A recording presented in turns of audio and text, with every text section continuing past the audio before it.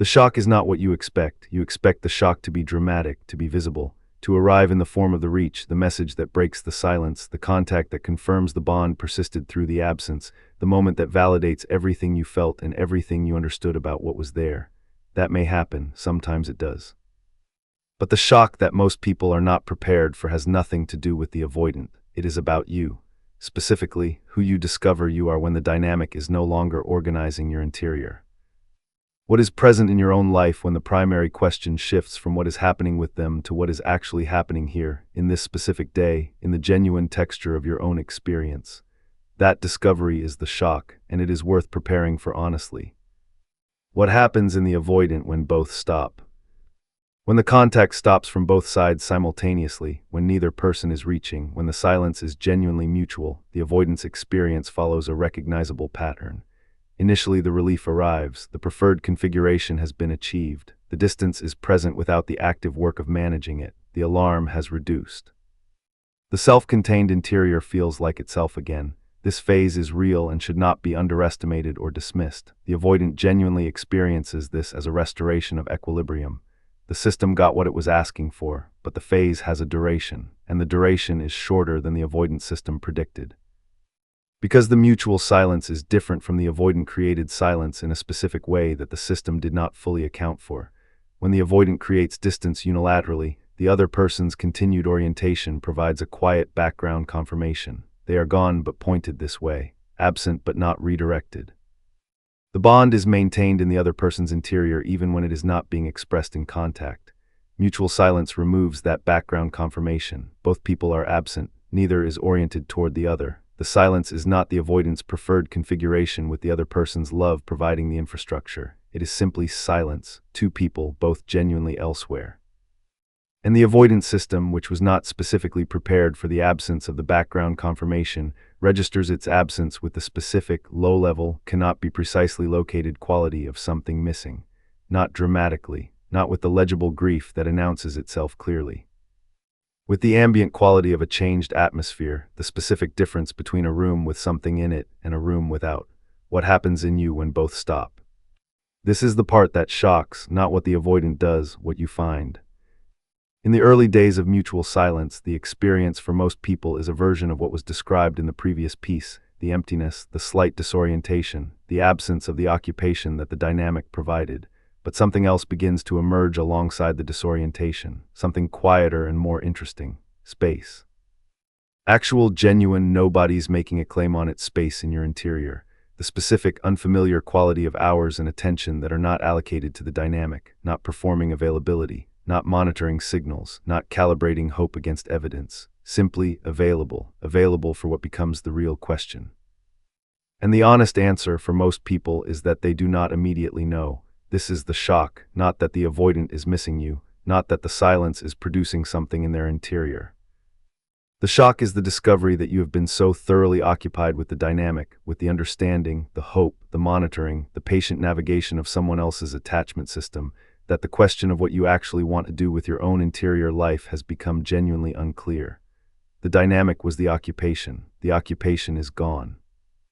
And what remains in the specific, slightly exposed silence of genuine mutual no contact is the honest version of you, without the organizing question, without the background program, without the avoidance interior as the primary territory of your attention, just you, in your own life, with everything that is actually there when you stop looking elsewhere. The discovery that changes everything. Most people who reach genuine mutual no contact discover something that the relationship, however real and however significant, was obscuring.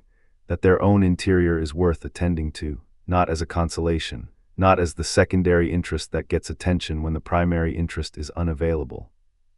As the genuine, primary, actually interesting subject of their own life, the specific things that engage them, the questions they are genuinely sitting with, the work that produces real absorption, the relationships that provide actual nourishment, the daily texture of their own experience, what it feels like, what it contains, whether it is genuinely inhabited or being lived at a slight remove. These things were present before the dynamic, were present throughout the dynamic, and were not receiving the full quality of attention they deserved because the primary attention was elsewhere. Genuine mutual no contact gives them the attention they deserve, not through a decision to pay more attention to yourself. through the simple, natural consequence of the thing that was consuming the attention being genuinely absent. And what is found in the honest attending to your own interior is almost always more than expected, more genuine interest in your own life than the dynamics occupation left room to notice, more capacity for genuine absorption in things that are actually yours, more genuine richness in relationships that were receiving maintenance-level presence while the primary investment went elsewhere, more simply in your own life than the orientation towards someone else's interior was allowing you to see. That discovery, quiet, unglamorous, arriving without announcement, is what genuinely shocks people who enter mutual no contact expecting the shock to come from the avoidance response. What actually happens next? Two things happen simultaneously in genuine mutual no contact. In the avoidant, the gradual removal of the background confirmation, the accumulating awareness of actual absence, the specific gray that arrives when something particular has been genuinely removed rather than temporarily distanced. The recognition, arriving in its own time and on its own terms, of what was actually there and what the mutual silence has made actually gone. In you, the gradual, non-linear, genuinely surprising discovery of your own life, what is in it, what it contains when you are fully present in it, who you are when you are not primarily the person who loves and understands and patiently navigates the avoidance attachment system. These two things run in parallel, do not require each other. Do not depend on each other for their validity or their importance. The avoidance recognition is real and significant and belongs entirely to them. Your discovery of your own life is real and significant and belongs entirely to you. What happens next, whether the recognition produces action, whether the action comes soon enough to find you still available in the configuration the avoidant knew, whether what becomes possible is genuinely different from what was, none of that is determined by either recognition alone. It is determined by what both people do with what the silence reveals. The avoidance doing is theirs. Yours is the only one you can determine, and what yours consists of, the genuine, honest, unglamorous investment in the life that is actually yours, is both the most important thing available right now and the thing most worth doing regardless of what happens next, not because of what it produces in them, because of what it produces in you. Which is the only outcome that was ever fully, completely, unconditionally yours. The mutual silence has been mapped, what it produces in both people. The shock of discovering your own life rather than waiting for the avoidance response to be the main event. What 1,000 more words can add is something simpler and more direct. The thing about genuine mutual no contact is that it eventually stops being about the avoidant entirely, not through a decision, not through the successful application of willpower or the disciplined maintenance of a chosen posture. Through the natural consequence of time passing in a life that is actually being lived, the avoidant occupies less of the interior, not because the love disappeared. Because the interior filled with other things, real things, the work that got genuinely engaged with, the friendship that deepened when it started receiving full investment, the interest that had been running at reduced capacity and came back online when the attention returned to it. The filling is gradual, is not dramatic. Does not announce itself as healing or progress or the successful completion of some interior project. It simply happens, the way that rooms fill when people start using them. And at some point, not identifiable in advance, not the result of any specific effort, the question of what is happening in the avoidance interior stops being the primary weather of your days. Not because you stopped caring, because you started being genuinely occupied with something else. That shift is the real thing, the thing that all the psychology was always pointing toward without quite arriving at directly, not the avoidance realization, not the surprise of their recognition, not the shock of what mutual silence produces in their interior, your own life genuinely filling. Here is what that actually looks like on an ordinary day. You wake up and the first thought is not about them, not because you are suppressing the thought, because something else arrived first, something from your own life, your own work, your own genuine preoccupations. The checking, the reflexive orientation toward whatever peripheral information might exist about what they are doing happens less, not because you decided to check less, because the checking is no longer the first available activity when attention becomes free, something else is. The conversations you have with people who are actually present are fuller, less of you is elsewhere. The friend across the table from you receives more of your genuine attention because more of your genuine attention is actually available. The work has a quality it did not have during the period of active orientation toward the dynamic. The absorption is more available, the engagement more complete. The hours spent in genuine occupation with something that is actually yours produce the specific, quiet satisfaction that genuine engagement always produces, and that partial engagement never quite does. None of this is dramatic. None of it produces visible results that anyone would describe as significant. From the outside, it looks like an ordinary life being ordinarily lived. From the inside, it feels like arriving somewhere, not arriving at a destination, arriving at your own life. The specific, particular, completely yours life that was always present and is now, finally, receiving your full presence in return. The avoidant, in their own parallel silence, is having their own experience, the recognition arriving in its own time, the grace settling in its own way. The cushion of the expected reaching having been removed, leaving the distance to be what it actually is. That is real, and it matters, and it is entirely theirs, and it is not the point of this. The point of this, the whole of what mutual no contact was ever capable of producing that is genuinely yours, is the version of yourself that is fully present in your own life, not performing presence. Not building a life as a strategy for anything, actually here. In the specific, ordinary, completely available now of your own existence, that is what happened next, not the shock of the avoidance response. The quieter, more sustaining, genuinely yours discovery that your life, actually inhabited, actually invested in, actually present to, is enough, more than enough, everything in fact. That was always the answer. It just took the silence to make it audible. The silence has been inhabited. What it produces has been described honestly.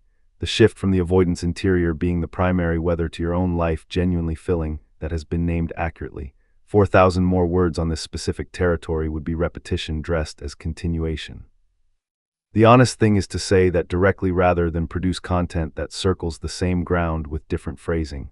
What can be done with 4,000 words is something genuinely different. A shift in what is being examined. What has been built here and what it has been for. This body of work across many pieces, many continuations, many thousands of words has been a sustained examination of avoidant psychology. The attachment wound, the management protocol, the alarm that fires when intimacy deepens, the claiming, the collapse, the failed plan, the realization arriving too late, the rules breaking, the signs.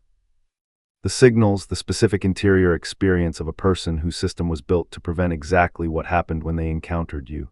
That examination has been genuine. The psychology is accurate. The portrait is real. And something worth examining honestly is what the sustained engagement with this psychology has been doing. Not in the abstract, in the specific, practical, daily reality of the person reading it, because there is a version of this engagement that genuinely liberates, that removes the self-blame, that restores perceptual accuracy. That allows grief to be honest by confirming that what was perceived was real. That provides enough understanding of the mechanism to stop the corrosive loop of wondering what you did wrong. That version serves genuine forward motion, and there is another version, where the engagement with the psychology becomes its own form of orientation toward the avoidant, where understanding their interior becomes the ongoing activity that keeps them present. Where each new piece, each new angle on what they feel and why they run and what reaches them, provides the specific, intellectually satisfying quality of continued proximity to someone who is not actually present. That version costs something real, not because the understanding is wrong. Because sustained attention directed at someone else's interior, however accurate and however compassionate, is sustained attention that is not going toward your own. The question worth asking directly. How much of the reading of this material has been genuine liberation, and how much has been sophisticated company for a waiting that has not fully ended, not rhetorically? As the honest question that only you can answer, and that deserves a real answer rather than the comfortable one, because the two feel similar from the inside, both involve genuine insight, both produce real understanding, both feel like progress because understanding feels like moving forward. But one is moving forward and one is staying in place while acquiring increasingly sophisticated maps of a territory you are no longer entering. The liberation version uses the understanding to close the loop, to arrive at enough honest accounting of what happened and why that the primary question genuinely shifts, that the mornings are no longer organized around the avoidant. That the attention has genuinely redistributed, that the life is actually being lived rather than held in the slightly suspended state that sophisticated waiting produces. The sophisticated company version uses the understanding to stay close, to maintain the intellectual engagement with the avoidant psychology as a substitute for the relational engagement that is no longer available. To keep the question of what is happening in their interior alive and interesting and worth continued attention. Only you know which version has been true, and only you can determine whether the honest answer to that question asks something of you. What genuine forward motion actually requires at this stage? If significant time has been spent in the reading, in the understanding, in the sustained engagement with avoidant psychology, and the primary question is still fundamentally organized around the avoidant, then something worth naming has not happened yet. Not the healing. Not the completion of some interior project that would certify readiness for the next thing. Something simpler and more concrete. The genuine redistribution of primary investment, not the performed version, not the life that looks full while remaining fundamentally oriented toward the avoidance interior. The actual version, where the first thought in the morning is not about them. Where the best quality of attention is going towards something that is genuinely yours. Where the understanding of avoidant psychology has become background knowledge rather than active preoccupation. Getting there genuinely, not performatively, requires something the reading cannot provide. The actual doing of things that are genuinely yours, not reading about doing them. Not understanding why doing them matters, actually doing them. In the specific, unglamorous, shows up in the texture of Tuesday way that real investment always shows up. The work that is actually interesting to you, engaged with actually. Not the thought of engaging with it, not the plan to engage with it, but the engagement itself, showing up at the specific thing and doing the specific thing and staying with it long enough for genuine absorption to occur. The relationships that are actually present, invested in actually, not the maintenance level contact that keeps them viable pending the resolution of the primary situation. The full investment, the conversations where your complete attention is present, where you are actually curious about what is happening in this person's life rather than partially elsewhere, where the friendship is receiving what it deserves rather than the remainder after the primary allocation goes elsewhere. The daily life that is actually yours, inhabited actually. Not the performance of inhabiting it, the specific, ordinary, moment-to-moment experience of being genuinely present in your own existence, noticing what you notice, feeling what you feel, being where you are rather than partially in the question of what is happening somewhere else. This is not complicated. It is not psychologically sophisticated. It does not require understanding any particular framework or mastering any particular insight. It requires showing up, actually, in your own life. Today, the avoidant is not the problem to be solved. This deserves direct statement because so much of this entire body of work has been, implicitly, organized around the avoidant as the central problem. The problem of their attachment style. The problem of their management protocol. The problem of the alarm that fires when intimacy deepens. The problem of the gap between what they feel and what they can sustain. These are real things, accurately described, worth understanding, and they are not your problem to solve, not because solving other people's problems is categorically wrong. Because the avoidance attachment wound is not solvable from the outside, cannot be addressed through your patience or your understanding or your sustained orientation toward their interior, can only be addressed by them through their own genuine engagement with their own genuine work. You are not the solution to the avoidance pattern. And orienting toward the avoidant as the central problem, even with the sophisticated understanding that the orientation produces, keeps you in the position of someone who is trying to solve something that is not theirs to solve. The problem that is actually yours to solve is different. It is the question of how to build a life that is genuinely yours, that has genuine content, that is actually inhabited, that provides the specific daily unremarkable nourishment of someone who is fully present in their own existence. That problem is solvable, is being solved imperfectly and non-linearly every day that genuine investment is brought to it, and it is the only problem that is genuinely, completely, without exception yours. What the understanding was always supposed to enable. All the psychological insight, all the accurate portrait of the avoidance interior, all the validation of what was real and the confirmation that the perception was accurate and the restoration of the knowledge that the love was mutual. What was it for? The honest answer is that it was supposed to free you.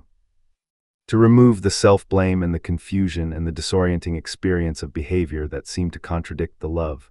To allow the grief to be clean, about a real loss rather than a suspected delusion. To provide enough understanding of the mechanism that the question of what you did wrong could be genuinely closed. That closing is what the understanding was for. Not the ongoing, deepening, increasingly sophisticated engagement with the avoidance psychology as a permanent feature of your interior life. The closing of the question, the honest accounting that allows genuine forward motion to begin. If the understanding has done that work, if the question has genuinely closed, if the self-blame has genuinely resolved, if the grief has been honest and is genuinely metabolizing, then the understanding has served its purpose. And what serves the next purpose is different, not more understanding, presence, your own, genuine, fully invested presence in your own life. The last honest thing about all of this. The avoidant psychology described across this entire body of work is real. The patterns are accurate. The portrait of the interior is honest. The validation of your experience that the love was real, the bond was genuine, the perception was accurate, you were not alone in what you felt, is true. And the most important thing that can be said, having said all of that, is this: you already know enough. You have enough understanding of the avoidance psychology, enough insight into the attachment wound.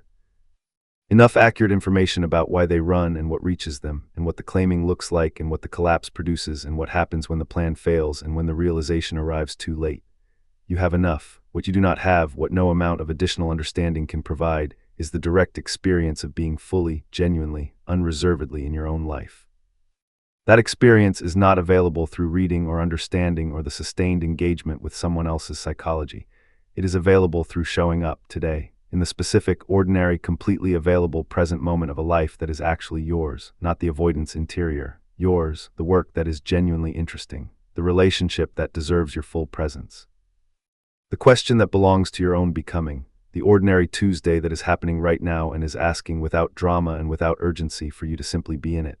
That is the 4,000 words, not more understanding of them. The honest invitation to finally fully be here, in your own life, which has been waiting with genuine patience and is ready for you now.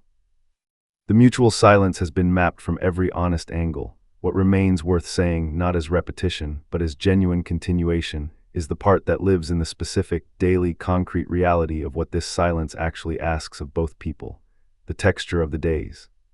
Days are what everything is actually made of, not realizations, not psychological breakthroughs. Not the dramatic moments that mark transitions in the story of a relationship. The ordinary, unremarkable Tuesday afternoon texture of days that accumulate into a life. And the honest question, the one that all the understanding has been circling without quite landing on in its most concrete form, is what your days actually consist of right now, not aspirationally, actually.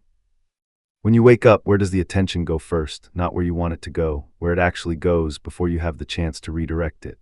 That first movement of attention is honest information about where the primary orientation still lives. When you have an unscheduled hour, what happens, not what you decide to do with it.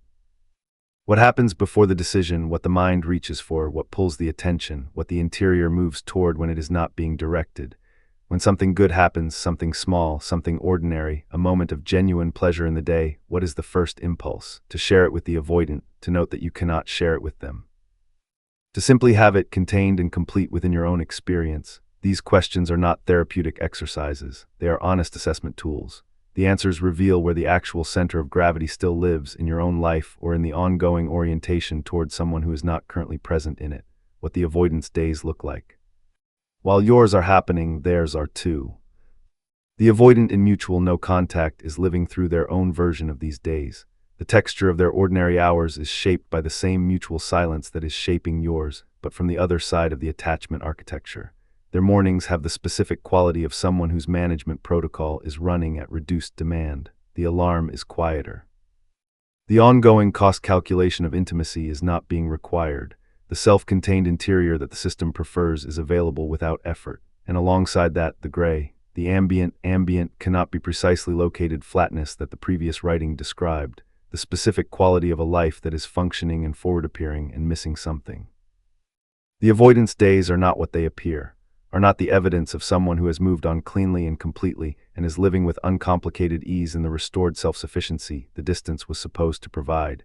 They are the days of someone who is managing, competently, efficiently, with the practiced skill of someone who has been managing their interior for a very long time.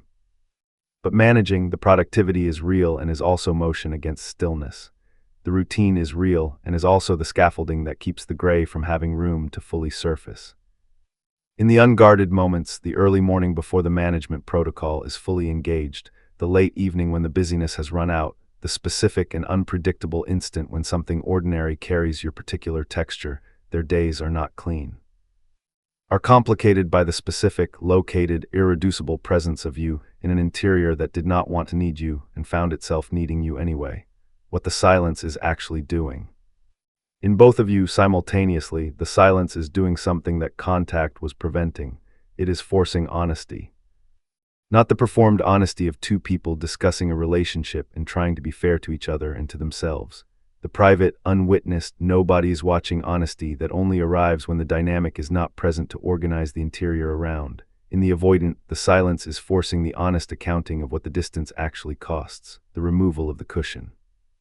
The confrontation with the gap between self-sufficiency and what the connection was providing. The genuine, uncomfortable, been avoiding this for a while question of whether the pattern is worth what it keeps producing. In you, the silence is forcing the honest accounting of what the orientation toward the avoidant has been costing, the removal of the occupation.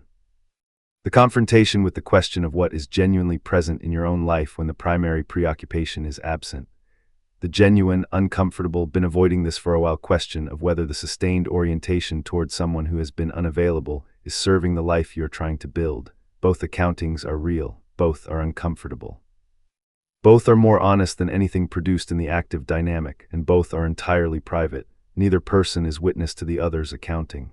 Each is doing it alone in the specific solitude that mutual no contact creates, the accounting you are actually doing. Whether you are aware of it as accounting or not, something is being tallied in the silence. What the orientation toward the avoidant has provided, the specific things, the sense of being connected to something real, the intellectual engagement of understanding the psychology, the warmth of knowing the bond was genuine and mutual, the hope that has been present in various forms throughout, these are real provisions. They provided something, what the orientation has cost. The primary attention that went there rather than to your own life, the relationships that received less than they deserved, the work that was engaged with at reduced capacity, the genuine self-knowledge that was deferred because the attention was occupied with someone else's interior, the mornings that began with the avoidant rather than with your own genuine experience of your own day. This accounting done honestly produces a specific and important clarity, not the clarity of having figured out the avoidance psychology, the clarity of honest self-accounting, of knowing without performance and without softening what the sustained orientation has cost and whether the return on that cost has been adequate. For most people who do this accounting honestly, the answer is no. Not because the love was wrong, not because the understanding was not valuable, but because the proportion, the amount of primary investment that went toward the avoidance interior versus the amount that went toward the genuine building of your own life was not serving you, was not in the honest accounting, a proportion you would choose again with full information. That recognition is not failure, is not evidence of having wasted time or loved unwisely or been foolish. It is simply honest, and honest is the beginning of everything that is genuinely different from what came before, what comes after the accounting. The accounting is not the destination. It is the thing that clears the ground for genuine forward motion. Forward motion looks different for different people, depends on what the accounting reveals, what the genuine wants are, what the life actually requires, but some things tend to be true across the variation. Genuine forward motion involves less monitoring of the avoidance situation and more investment in your own. Not as a discipline, as the natural consequence of having genuinely more interesting things to attend to. It involves the relationships in your life receiving more of the full quality of your presence, not the remainder, the full quality, the genuine curiosity about what is happening in the people who are actually present.